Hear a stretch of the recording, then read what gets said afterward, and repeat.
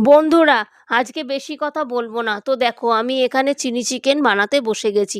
তাই মাংসের মধ্যে গোলমরিচ, সোয়া সস, ডিম আর কর্নফ্লাওয়ার দিয়ে ভালো করে মাখিয়ে নিচ্ছি। এবার কড়ার মধ্যে সাদা তেল দিয়ে দিলাম। তেল দেওয়ার পরে এক এক করে মাংসের কুচিগুলো ছেড়ে দিলাম। এবার দেখো, ভালো করে ভেজে নিচ্ছি।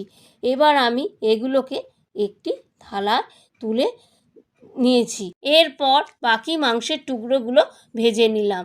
একই তেলের মধ্যে পেঁয়াজ, ক্যাপসিকাম দিয়ে দিচ্ছি। এবার নুন আর লঙ্কা দিয়ে দিচ্ছি। এবার আদা রসুন বাটা দিয়ে দিলাম।